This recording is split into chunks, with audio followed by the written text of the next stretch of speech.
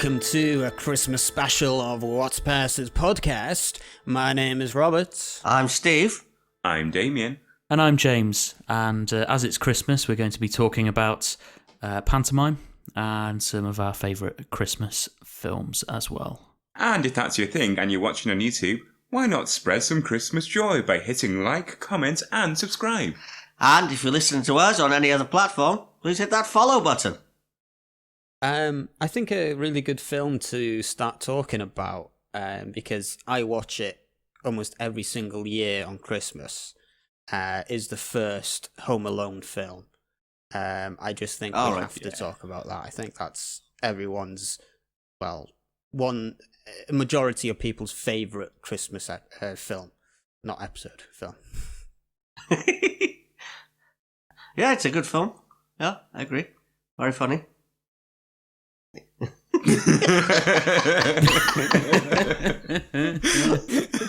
That's it, Rob. That's all you get, mate. Say something interesting. Okay. Something interesting. I understand that your favourite Home Alone films are number 3, 4 and 5.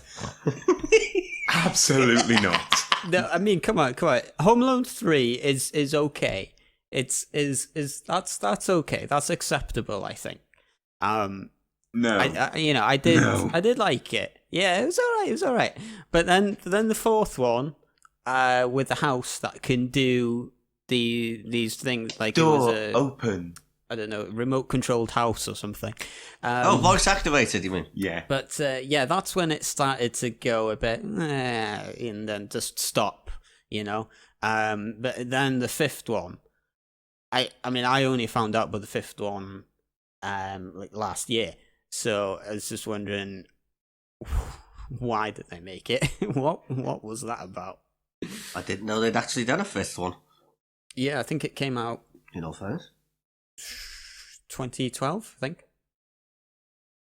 Must have gone straight to cassette then, straight to video or DVD or whatever it is those days. I forget. I think so. You know what I mean? Back in your days, Stephen. That's like a callback to when you just said it. Yeah. You can cut that bit out, James. No, that's staying. Days we used to have these things called cassettes. Oh no, that's staying. Oh,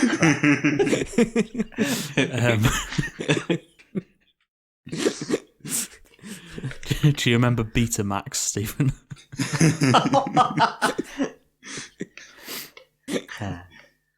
Stephen still uses reel-to-reel. No, I don't. Yeah.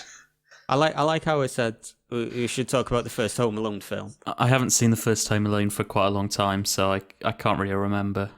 Is the New York one the second one? Yes. It is, yeah. That's lost in New York. Home Alone 3 has got 4.5 out of 10 on IMDb, 29% on Rotten Tomatoes, which means it's absolutely dreadful, and 2.5 on Empire. Oh. Let's look at Home Alone 4 and 5, shall we? Come on, it should have got better ratings than that. Home Alone 4, 3.2 out of 10 on IMDb. Radio Times has given it a 1 out of 5. Now let's look at Home Alone 5. No ratings at all on Home Alone 5. Oh, it's 2.5 out of 10 on IMDb. That's 3.5. Oh, 3.5. What? Yeah, should definitely watch those films this Christmas, because I haven't seen them since I was quite young. I can't really remember them very well. Yeah. It's been a while since I've seen them as well. I think after Home Alone 1, I think they possibly started to run out of ideas. I mean, Home Alone 2 was, it was fine. I did like that one. But then I think it started to go a bit downhill after that. Like, they just not so much reused the same ideas, but it was just like in the third one, it was just more or less the same thing, except with 3 bad people and a different kid. So That's it. There's no more ideas they could have done to it. No. Is there any particular Christmas films that you like to watch, James? Yeah, we watch The Sound of Music every year. Even though it's not really a Christmas film, but Apart from that, I don't really have like ones that we watch every year or anything like that as a tradition. But just trying to think of Christmas films I like now. Has anyone watched The Polar Express? I have. I've got the DVD of it. Oh yeah. Have you? Same. I do. I love that film as well. That's always a film I love to watch at Christmas. And did you know that all the movements to that film, apparently this is from what I've read online. I can't state my sources, unfortunately, though. But apparently Tom Hanks does all the movements for the children. Oh, wow. I didn't know that. Like, all the children's All of movements are all mocapped by him. Yeah. A couple of films I like, which are set at Christmas. I've got one at home on DVD. Is Gremlins and Gremlins 2. They're both set at Christmas. You have DVDs? I do, yes. Wow, this old man's getting new with technology. Funny. He's upgraded. He has to get his grandson to show him how to use it. I'm not that old! Oh, I've thought of a Christmas film that I've watched quite recently. The Muppet Christmas Carol. I was just going to say Scrooge is a common Christmas one. As well. It is. There's different versions of it as well. And I like the Jim Carrey version of it, even though lots of people don't. Oh, I hated that one. I hated that. I saw it in the cinema. It's this weird Uncanny Valley kind of CGI film. Okay. And it's... Yeah, the Uncanny Valley really puts people off. And it kind of spooks people out, but I really like it. I don't think I've seen that one. No. Oh, you should. It's quite Okay. good. Came out about 10 years ago or something. Yeah. I remember going to the theatre, going to watch it. Oh. I remember going to the theatre watching it. And this mum and her child went in to see it. And they came out saying, "That was dreadful! I'm going to get a refund." Oh, well. It can't be that bad. Have any of you seen a stage production of it? Obviously, Stephen, we know that you've been in a stage production of Christmas Carol, yes, but yes. have you ever seen it on stage? No, I haven't. Have No. you, James? No, I haven't, but it always seems to be like the one... It always seems to be the play that a lot of theatres do. If they're not doing a panto, it's like, oh, we'll do a Christmas Carol. Because it seems like the RSC do it every single year. Yeah. Kind of wish that maybe theatres would come up with some more Christmas plays. Because it's always like, oh, what are the RSC doing this year? Oh, they're doing a Christmas Carol again. Yes, but nice to have a bit more variation from them, wouldn't it? What play would you like them to see then, James? Yeah. Maybe the Snow Queen or something like that. Be nice. Just something that's not Christmas Carol, basically. Anything. Something. And there are other Christmas stories out there. Yeah, pretty much anything else. Why not just like Christmasify something from Shakespeare or something? Christmassy. Like a Christmas Macbeth.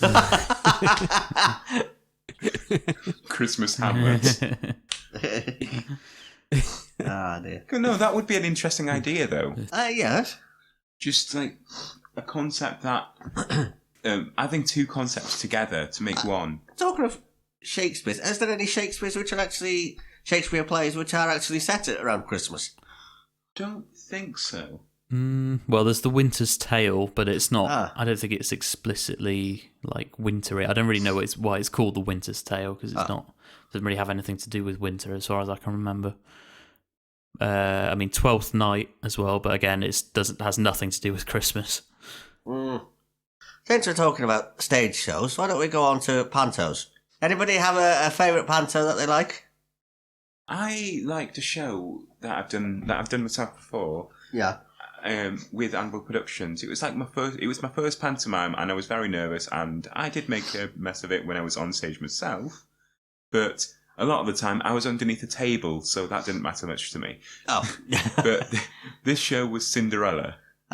And I was is it puppeteer? Yeah, puppeteer, yeah. I was a puppeteer for a little cat called Puppeteering, Pooh. yeah. Yeah. I was basically controlling this cat and making it look alive. And I was underneath this hot table throughout the whole play, though. Well, actually, not throughout the whole play, about like 3/4 of it. Panto.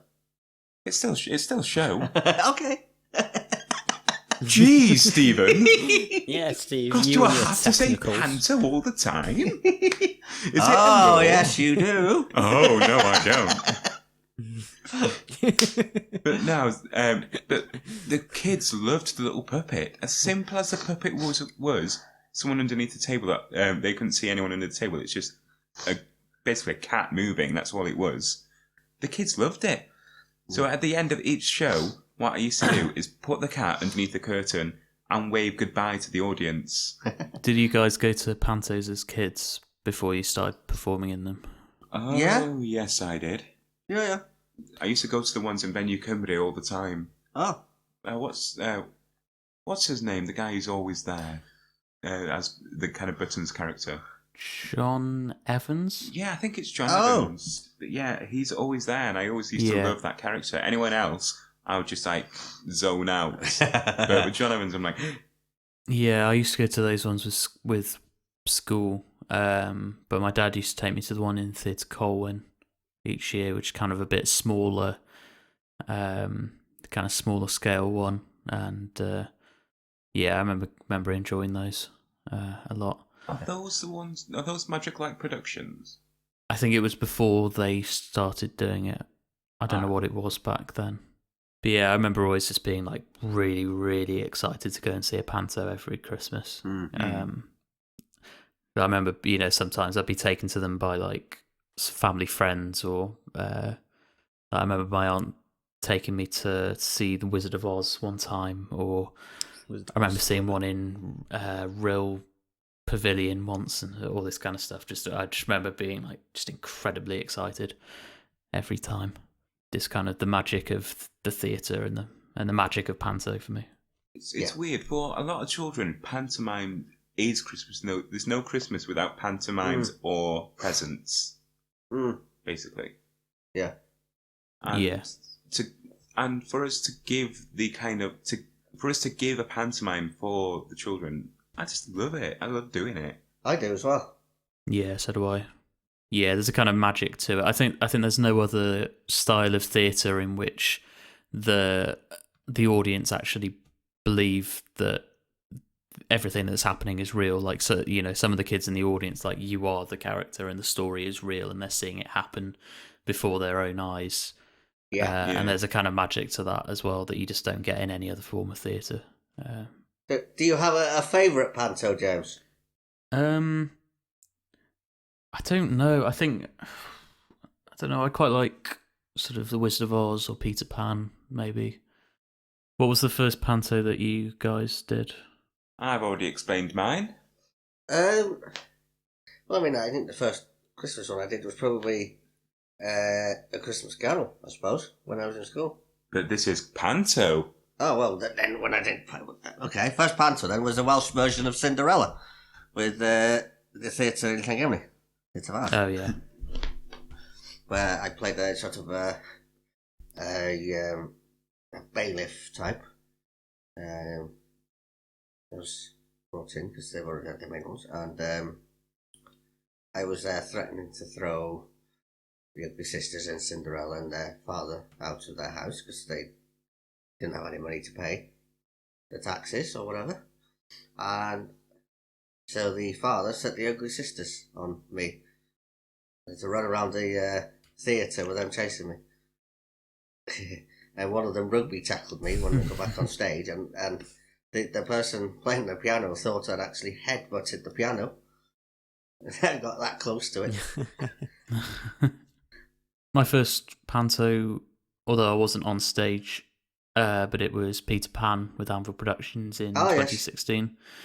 And I was sort of the stage manager that was brought in for that. But I did get to go on stage for the ghost scene because I was the crocodile, and it was, or rather, I was holding an inflatable crocodile, and I was dressed in a black suit. I think probably scared the bejesus out of a lot of kids because I had this kind of hooded mask. I probably looked like a Death Eater, and I just remember really enjoying that.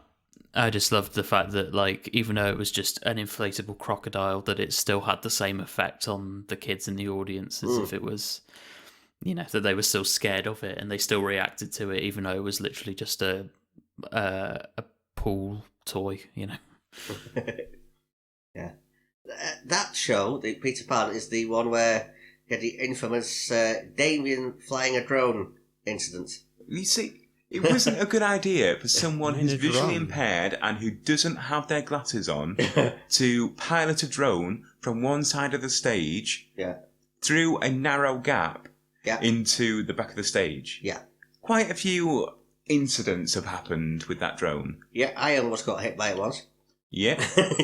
Poor Angharad had a mark on her arm after after the drone went straight into her.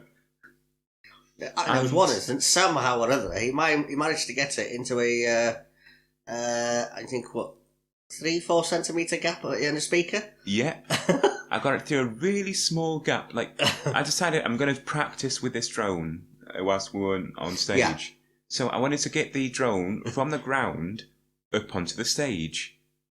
And I almost done that, but then the drone veered off to the left and then went forward straight into a gap in the speakers. Yeah.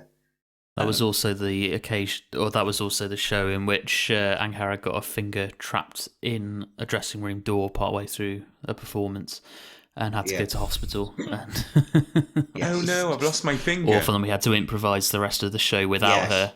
Yeah. That was a horrible moment. Yeah. It was also weird because I was in the middle of doing a scene change at that point backstage, and there was the ship's wheel, the pirate ship's wheel, was kind of being held in place by a stage weight, and it was dark, and there were a couple of people, I think Stephen was one of them, but there were a couple of people helping me with this scene change, and someone or other lifted the stage weight off, and the ship's wheel came down with this almighty crash on the stage, which obviously the audience heard as well. But it was completely dark, so I didn't really see what happened. So I kind of sorted it out, and then I finished what I was doing, and I went off stage into the green room, and someone came up to me and was like, looked quite shaken, and was like, she's really hurt her finger. And I was like, I assumed they meant the person that had just had the ship's wheel drop, but no, I looked around and it was Angharad was sat there with just like blood coming out of her finger wrapped in tissue, just like tip of her finger. sobbing, and that was really bad. I think she's still got the scar. Oh, she's still got the scar, and she can't use that finger for logging into her phone. It doesn't recognise her finger as a finger. It was just one of those like legendary, just disastrous performances. It was just like everything went wrong. Seriously, that whole panto, like everyone's heard of Name of the Panto Gone Wrong, right? For example, Peter Pan Gone Wrong. Yeah. It felt like that, but it wasn't funny. Yeah. Seriously. I think by the end of the run, it was pretty good by the end of the run, I think. But there were a few kind of disasters in there that were just really... But I stuck around. I stayed in the company, which was, in hindsight, was just maybe... a disaster waiting to happen. A really disastrous decision. But but then the first one I was in proper was at Easter, which was Robin Hood. And then the first Christmas one I did proper was Wizard of Oz, which I played the Tin Man. Do you have a favourite panto, Rob? No, I wouldn't say I got a favourite panto. I mean, I like many pantos. I do like Peter Pan and Wizard of Oz and Aladdin. I'd say those are the three that like really come to mind for me first. But no, I wouldn't really say I've got a favourite one. I enjoy them all for what they are, really. They're just a bit of fun, so... Yeah. Do you remember the thing about the copyright with Peter Pan, that the phrasing, there was a certain phrase that had to be said a certain way for copyright reasons? Do you remember that?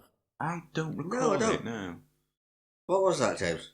It was the one about the third star on the left and straight on till morning or something like that. Oh, right. Do you remember that? It had to be... It was something like, for copyright reasons, it had to be said in a certain way. The phrasing had to be just right. And then again in Wizard of Oz as well, also copyright, for copyright reasons, there were certain things we had to change about the script. So the slippers had to be silver rather than ruby red, like the film, because the film's still in copyright, but the book isn't. Things like that.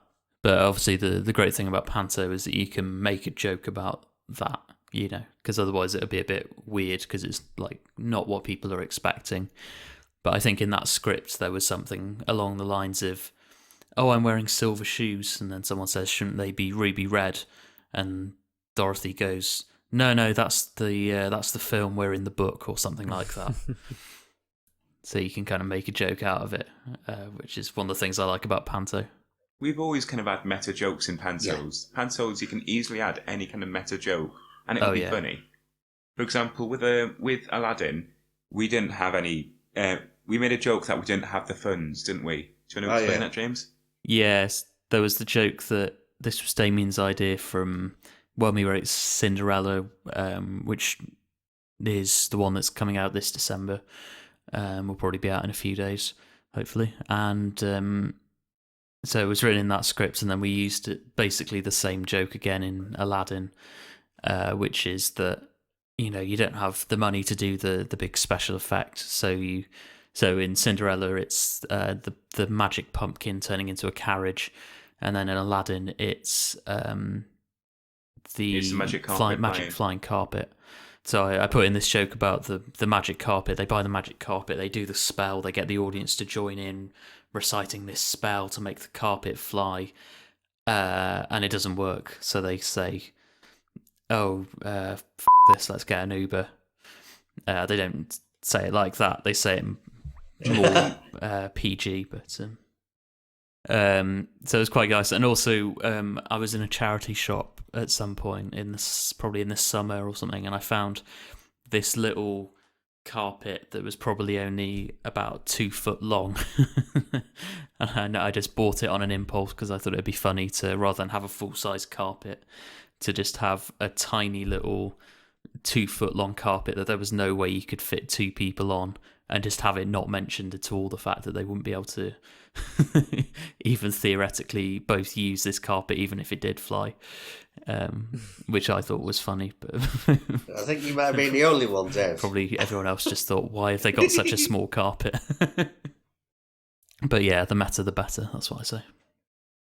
Do you guys have any favourite moments from Pantos that you've done? Alright, my one isn't to do with me at all. It was to do you guys remember Pinocchio? Yes. I know Rob won't, but... Yes. Which part? A Million Dreams. Oh, yes. The audience carried on singing. Yes, they did, All of the audience was singing, and it sounded beautiful. It did. It was a class from one of the schools. Mm. I just can't describe how nice that sounded. It was great. It was really nice. But yeah, I remember that moment. That was really nice. I was stood on the side of the stage, sort of waiting to go on for the next scene, and it was the first show, actually. It was a school show, and I think we'd stayed up very late the previous night, either rehearsing or getting things ready or watching a film. I can't remember, but I think we were all very, very tired and had about 4 hours sleep, and I remember just kind of crying. And I couldn't tell whether it was because it was really beautiful moments or whether I was just really sleep deprived, or both. We were trying to get things ready, James, at first, and then we watched Love Actually afterwards or something like that, didn't we? There you go, another Christmas film, peeps. Oh, back to Christmas films. Yeah, I was on stage at the time when that happened. I was playing Geppetto, and so I was pretending to make a toy car out of wood. I just stopped for a second, just lifted my head up and went, "Huh? Wow, that's amazing." It was really good, really nice. This kind of angelic choir. Yeah. Yeah. Does anyone else have any favourite Panto moments? Do you have a favourite moment, Steve? I mean, I enjoy going out and speaking to people in the audience and just getting random replies from them. That's always fun. Or being in character after the curtains have closed and greeting the audience? No, I mean during the panto. Oh, during the panto. Yeah, the audience participation. Yeah, I do enjoy that as well. Just the participation. I think the ghost scene's always fun as well because you feel really powerful just hyping up an audience like that. Yeah, and that's great. I did enjoy also in Pinocchio doing Mr. Bombastic. That was really fun with Stephen dressed as Stromboli. That was a legendary moment. We'll put a picture of that character on screen now. Right. So that was really fun. Also remember, in that show, Stephen was playing a policeman. Yes. Because Stephen always plays policeman. And there was one bit where he kind of did this comical bit where he ran onto stage, kind of ran around in a circle and stopped in time with the music and kind of looked up at me. And I just remember trying really hard not to laugh because I just found it really funny for some reason. There's some lovely moments in those shows. Some of the songs that I've written as well, I kind of really enjoy hearing them sung or performing them myself. Yeah, I love Panto. Yeah, it's great fun. I love some of the technical stuff as well, like when we got those lights synchronized in in Aladdin. We spent about 2 hours trying to get these lighting keys synced up to the music, and when it worked, it was like beautiful. Yeah, but it's always worth the time that you put in to see the end result. I hope we can do that for future pantos, really. Yeah. I really hope we can do it for future pantos. Oh yeah, definitely. Yeah, be really useful. It would be. Did you see Aladdin, Rob?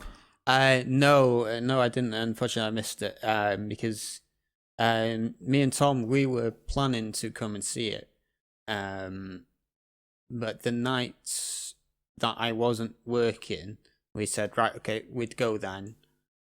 But I'm not too sure actually, but I think you did advertise that you were going to perform on this night that we chose to come and see it, but then for some reason you didn't, or we got the dates wrong or something.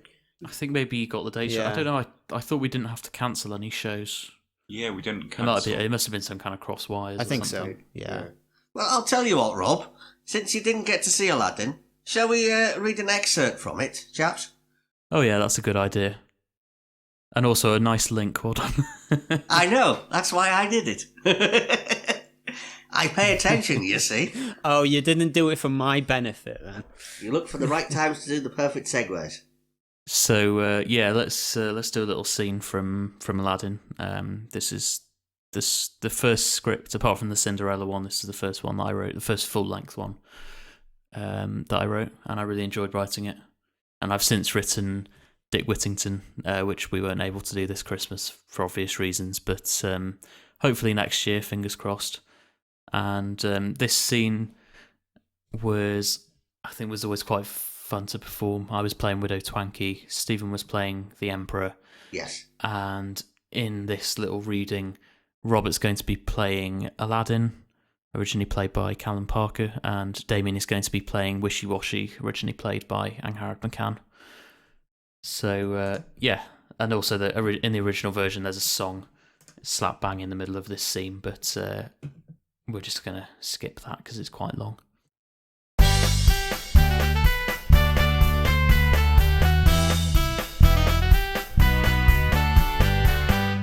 Mum? Yes? You know the Emperor? I think I've heard of him, yes. Why do you think he comes here every week? Well, to get his laundry done, of course. What sort of silly question is that? Well, it's not like he needs to come here to get his laundry done. I think it's 'cause he has a crush on you. I don't know what you mean, dear. You fancy him too, don't you?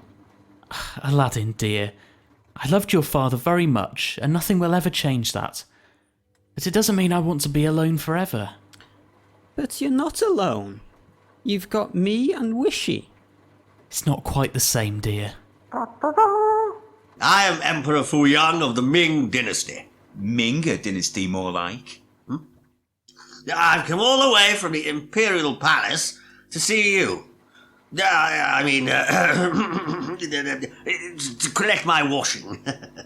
I trust my favourite Doctor Who t-shirt is as snazzy as the day I bought it. Oh, Mr. Emperor, I'll be a takeaway any day. What was that, Mrs. Twanky? Nothing, your loveliness. Wishy-washy will go and fetch your clothes for you now. I must say, Mrs. Twanky, you're looking particularly radiant this evening. Oh, thank you, your worshipfulness. Oh, you don't look too bad yourself. Oh, by the way, there's a freshly baked homemade pie with your name on it, if your fabulousness would care to stay for a while. Oh, what flavour of pie is it, may I ask? Oh, it's my speciality, your superlativeness. It's custard and beetroot. I could cut you a slice. That sounds lovely, but, good man. I really must get going, I'm afraid. Oh, are you sure you won't have just a little slither? Well... Oh, go on. Just a little tiny, insignificant Susan is just dying to meet that little tum-tum of yours. I'm afraid I really must get going. But perhaps I could come round another time. For a slice of pie, I mean. Oh, that would be wonderful. It's a date. Well, so long. Oh, Emperor Fu Young, won't you have a little slice of pie? He's just dying to meet that little tum-tum. Oh, do be quiet. Yeah.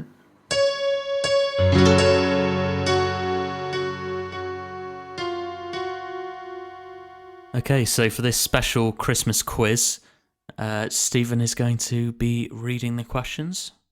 Take it away, Stephen. In the pantomime Jack and the Beanstalk, Jack receives beans in exchange for what?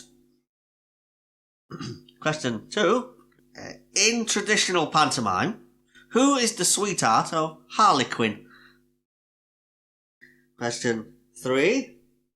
Fee-fi-fo-fum, I smell the blood of an Englishman, is a classic line from which pantomime? Question 4. Which is the most popular pantomime? Currently, or...? It just says which is the most popular pantomime. Do you want options? Yeah, yes, please. Okay, so is it Sleeping Beauty? Is it Snow White and the Seven Dwarfs? Is it Cinderella? Or is it Aladdin? And finally, question 5. In which year was the first pantomime produced in Britain? Can we have a point for the who guesses the closest? Yes, you may. That's what I was going to say. Yeah. I think that's fair. Yes, you may. Yeah, I think with the most popular panto, I think I read in my panto book that it's changed from one of those options to the others in recent years, so I'll be interested to see which one it is. But I can't remember which way round it. I remember the 2 pantos, but I can't remember which way round it was. Okay. Are we ready for the answers? Yeah, I'm ready. Yeah, shoot. Yeah. Yeah. Okay, so the first one, in the pantomime Jack and the Beanstalk, Jack receives beans in exchange for what? It's in exchange for his mother's cow. Question 2 was, in traditional pantomime, who is the sweetheart of Harlequin? It is, of course, Columbina. Or as written on here, Columbine. Yeah, I was going to say, I couldn't think of the answer, so I didn't write the answer down or anything, so I looked it up on Google. Columbine? Yeah. Yeah, I think we changed it because Columbine is the name of an infamous mass shooting in America. So I think we changed it to Columbina. Yeah. Fair enough. Question 3 was, Fee-fi-fo-fum, I smell the blood of an Englishman. There's a classic line from which pantomime? The answer, Jack and the Beanstalk. As you probably already knew. That's pretty easy. Question 4. Which is the most popular pantomime? The answer that I've got down here is Cinderella. Yeah. I think it used to be Aladdin, and since then it's become Cinderella. Well, that's it. I've got Aladdin on here. So, what? Since I got it right, technically, do I get a point? Yeah, but he said which is, not which was. You can have half a point. Yeah, I'll accept that. Even though that means nothing. Half a point as well. And the final one. In which year was the first pantomime produced in Britain? What have we got? James? 1840. Rob? 1855. Damien? 1880. Well, James is the closest because it is 1717. Oh, wow. Yeah. That long ago. Cool. Well, in that case, I got 5 out of 5. Ah. Oh, well done, you. Lucky for some. What did you guys get? I got exactly half of what you got. And I got 1.5. There we go. Okay, since you played Harley Quinn in our version of Aladdin, not Aladdin, what was it again? Pinocchio, that's it, James. See if you can get the answer to this one. Which wooden bat, originally used as a prop by the character Harley Quinn, came to give its name for a type of comedy used in pantomime? You know? Slapstick. It is a slapstick, yes.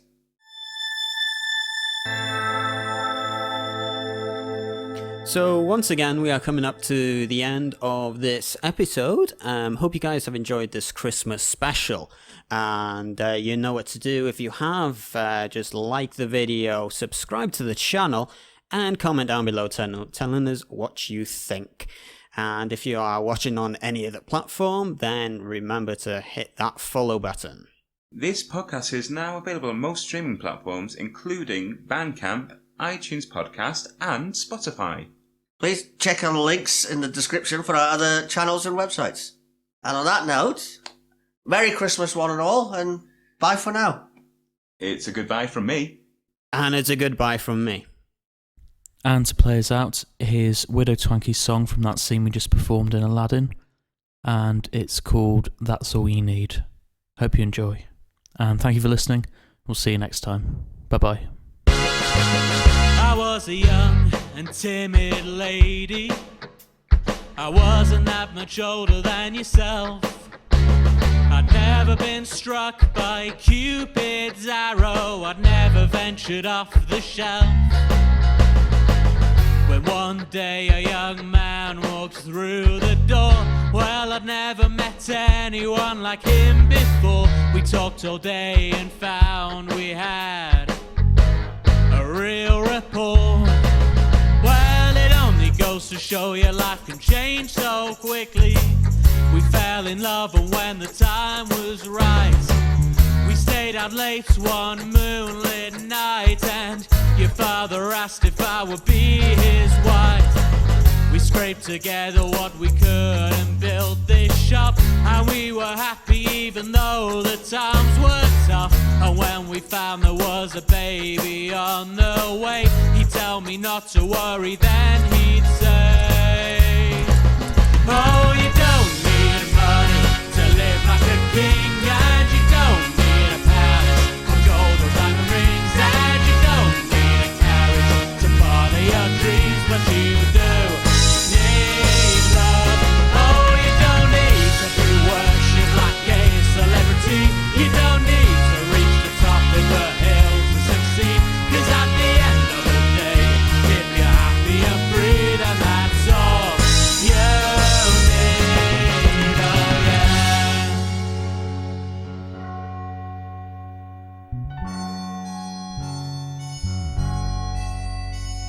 It only goes to show your life can change so quickly. He left us just as quickly as he'd come. And when the cloud cleared, there were 3 still standing, my 2 sweet children who would need their mum. At first I was shocked, and then I was angry. Why did it have to happen quite this way? I'd hear his voice and he'd say, Mrs. Twanky, remember what I always used to say. As years go by, the wounds they start to heal, and grief ain't the only thing you feel. You never know who might just appear when you least expect. One day a man came in a flash tuxedo. It turned out that he was incognito. He said, I'll have a slice of chocolate gatto. I said, why don't you stay for a while? Well, I know people talk and I know what they'll say. They'll say I'm ugly and I'm overweight. I just want his money and he should stay away. Well, that's all I need, but this is what I believe.